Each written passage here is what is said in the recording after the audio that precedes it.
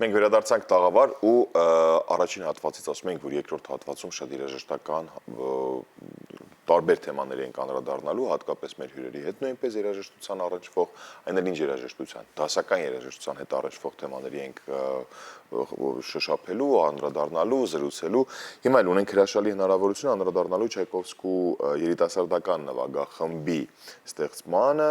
այս հետաքրքիր խմբի գործունեությանը, նաև նորություններով են նրանք էլ հանդես գալիս, վերջերս են վերադարձել հյուրախաղերից, այս ամենի մասին ավելի մանրամասն կզրուցենք մեր հյուրերի հետ։ Սիրով ներկայացնենք, մեր տաղավարում են Չայկովսկի երիտասարդական նվագախմբի գեղարվեստական ղեկավար եւ դիրիժոր Դավիթ Մարուխյանը եւ նույն նվագախմբի երաժիշտ Ինգա Հովհաննիսյանը, բարի լույս։ Բարի լույս։ Շնորհակալ ենք, որ մեզ հետ եք ձեր օրը սկսում եւ նախ կուզենանք իմանալ ինչ է Չայկովսկի երիտասարդական նվագախումբը եւ արդյոք այն կապ ունի Չայկովսկու անվան դպրոցի հետ։ Բարի ձեզ, շատ ուղիղ կապ ունի, անմիջական կապ ունի, որտեվ նվագախումբը իր հիմքերը եւ իր պատմությունը ստեղծել է հենց Չայկովսկու երաժշտական դպրոցում մինչ այժմ, այսինքն դա անբաժանելի մասն է դպրոցի, ստեղծվել է 6 տարի առաջ,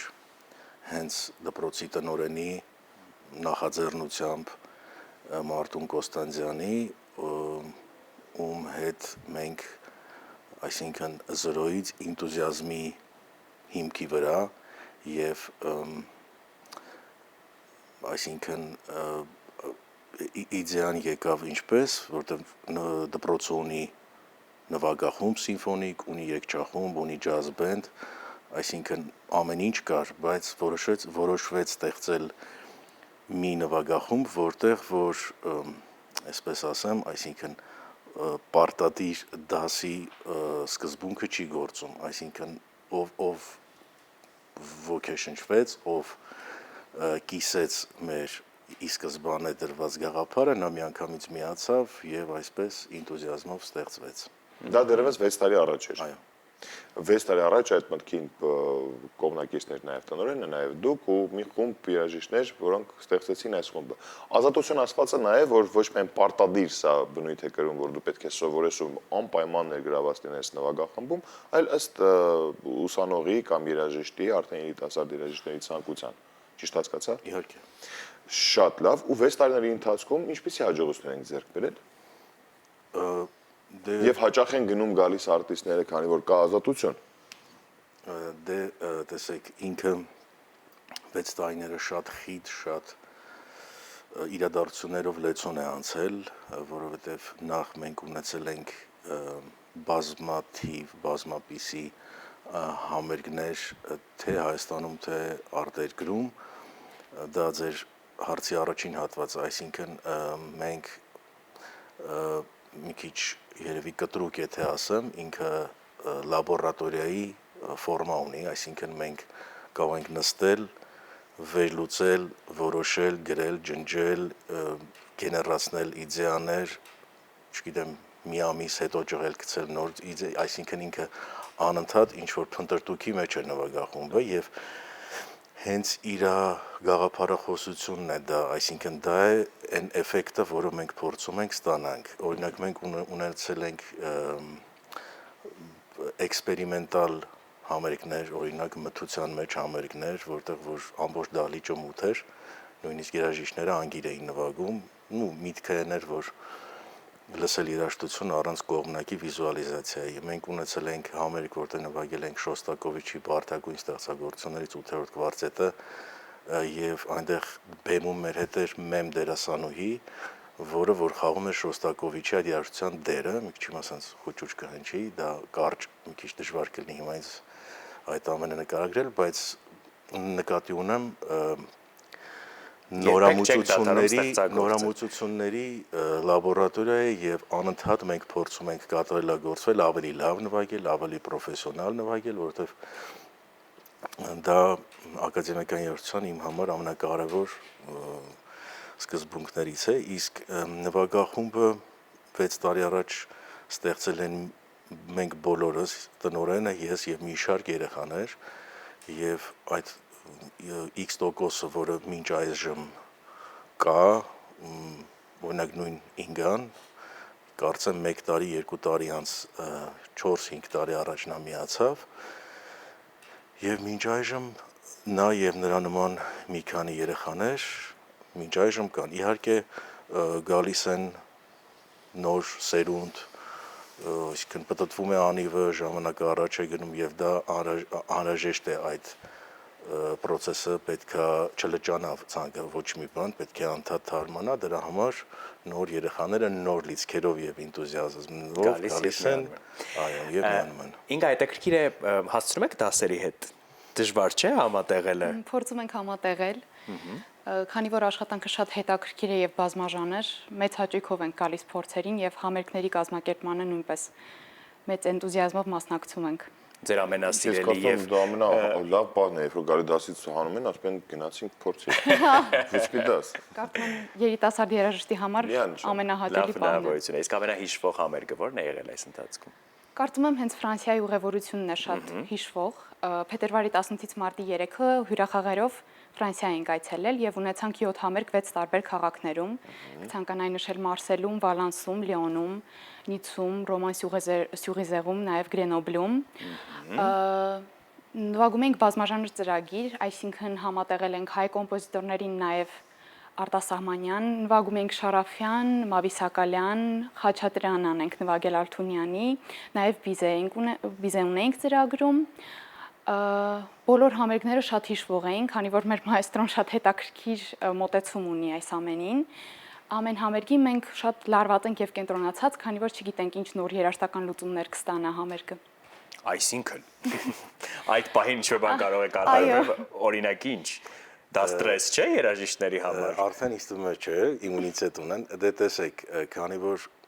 նվագախումբը ինքը ստատիկ երևույթ է, իսկ պարապում ենք, փորձեր ենք անում, ֆիքսում ենք տեմպեր, ամեն ինչ ֆիքսվում է։ Դա դասական մոդելն է, որ ես ինչ չեմ համարում ինչ-որ տենց ռեֆորմատոր, բայց ես փորձում եմ ամեն համերգի նոր երանգ տալ, այսինքն կարա դա լինի տեմպի փոփոխություն, կարա դա լինի նյուանսի փոփոխություն, այսինքն միշտ նվագել ենք ֆորտե, հենց այդ օրը որոշեմ, որ բեմին կարելի է պիանո նվագել, կարող է լինի, չգիտեմ, ծրագրի փոփոխություն, ինչ-որ մի գործ դուրս գա, հա, տենց, այսինքն ես փորձում եմ ինչպես է նկարիչը նկարելուց ինքը կապույտ գույն կարող է որոշել, բայց մեկ էլ դեղի նվերցնի նկարի։ Մենք փորձենք մաքսիմալ մոտենանք այդ ֆորմատին։ Հիմա վարդագույնը բաղջիկների բարերը ի՞նչն եք փոխում։ Հիմա, չէ, այս բանը ոչ մի փոխված չի ոնց որ, չէ, դասական է։ Հիմա չէ, հիմա ես լավ չեմ հիշում, որտեղ ես մոռանում եմ համերգը։ Իսկ որ համերգն է, ոչ քաղաքի։ Սա Նիցում է, Նիցում։ Որտեղ եք համերգներով, որ շատ էին տպավորված, ես հրավիրեցին, որ գաք եւս ինչ-որ միտեղ համերգ ունենաք։ Ֆրանսիայում հասկացա, ուրեմն դա հյուպատոսներ կարծես։ Դա ուրեմն Լիոնում Տիկին Նիկոլյանն էր։ Լիոնում Տիկին Նիկոլյանը հյուպատոսը ուրեմն ներկա էր համերգին եւ բարձրաստիճան այլ պաշտոնյաներ, որը շատ ոգևորիչ էր մեզ համար։ Այդ նրանց ներկայությունը նաեւ Մարսելում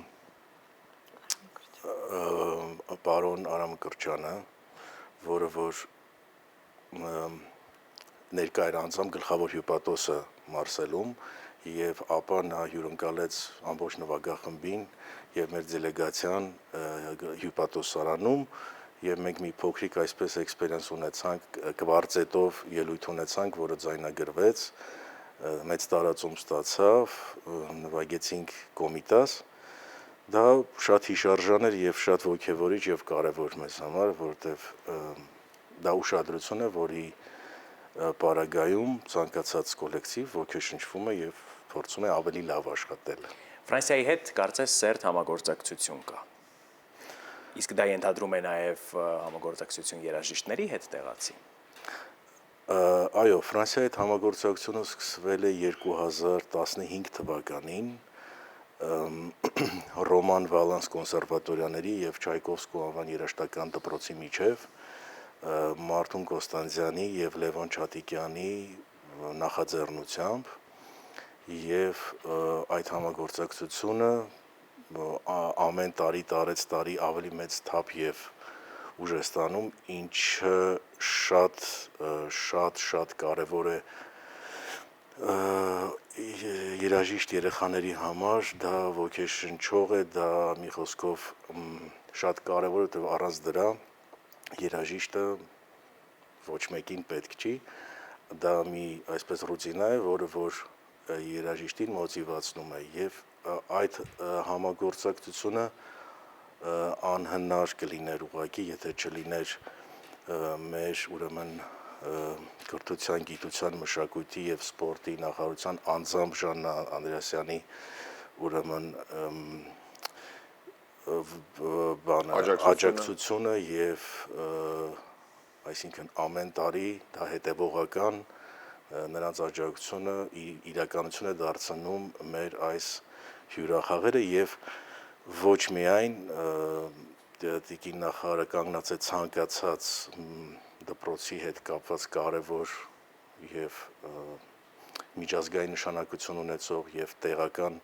կարևոր պրոյեկտների կողքին, ինչի համար մենք շնորհակալություն ենք հայտնում։ Բայց ասացիք, ֆրանսիացի երաժիշտներ կամ տեղացի երաժիշտներ եւս մասնակցում են, թե ոչ նվագախմբը։ Այո, դա նվագախումբը ինքը Ֆրանսիայում դառնում է հայ-ֆրանսիական նվագախումբ եւ միանում են ֆրանսիացի կոնսերվատորիայի երաժիշտներ եւ դա դառնում է այսպես մի ավելի հետաքրքիր նորոգ։ Դա էլ էքսպերիմենտի մի մաս, հա։ Նաև դուդուկի փառատոնը կցանկանայի նշել, որը Վալանսում էր տեղի ունենում եւ փակմանը մենք ելույթ ունեցանք դուդուկահարների հետ, որ կազմում հայեր էին եւ ֆրանսիացիներ, նույնպես շատ Ֆրանսիացի դուդուկահարներ։ Այո։ Դա շատ հետաքրքիր տեսարան էր, ափսոս տեսանյութը հիմա մենք չենք կարող դիտել։ Ուրեմն Լևոն Չատիկյանը ստեղծել է դուդուկի դպրոց Փարիզի կոնսերվատորիայում եւ մեր փառատոնի փակմանը նվագախումբը նվագեց եւ այնտեղ բեմին կանգնած էին մոտ 20-30 դուդուկահարներ, որոնց մենք նվագակցում էինք ֆրանսիացի հիմնականում, որտեղ միջին տարիքը տատանվում էր 50-ից 60 տարեկան, այնտեղ կային նույնիսկ տարեց կին կար մի հատ, որը որ նույնիսկ տենց մի քիչ էլ դժվարությամբ էր քայլում, բայց հետո կանգնում էր դուդուկը վերցնում էր ու նվագում էր օրինակ Կոմիտաս, դա շատ նկարահանվել է ազդեցիկ էր։ Այո, նկարահանվել է։ Մենք գիտենք նաև, որ դուք մոտ ժամանակներս նույնպես հյուրախաղերի եք պատրաստվում։ Մի փոքր նաև այս ամենի մասին խոսենք։ Հյուրախաղեր ենք ունենալու Շվեյցարիայում, մոտակա շրջանում, ունենալու ենք երկու համերգ, մեկը կլինի Վիկտորիա հոլում, իսկ մյուսը Ժնևայի ֆիլհարմոնիայի դահլիճում։ Ծրագիրը նույնպես շատ բազմաժանր է, հետաքրքիր է, արդեն սկսել են մեր աշխատանքային օրերը, փորձերի ենք արդեն գնում։ Մնացածը չէի ցանկանա հիմա փակագծեր բացել, թող անակնկալ մնա։ Շատ լավ, վստահ եմ առիթներ դեռ կունենանք ձեզ հյուրընկալելու մեր տաղավարում եւ այդ շրջագայությանը եւս անդրադառնալու։ Շնորհակալ ենք, որ օրը մեզ հետ սկսեցիք նվագախմբի գործունեությանը։ Մեծ հաջողություն ենք մաղթում եւ ձեզ սպասում ենք մեր տաղավարում։ Ձեզ լավ օրվա շարունակություն։ Իսկ մենք շարժվենք առաջ։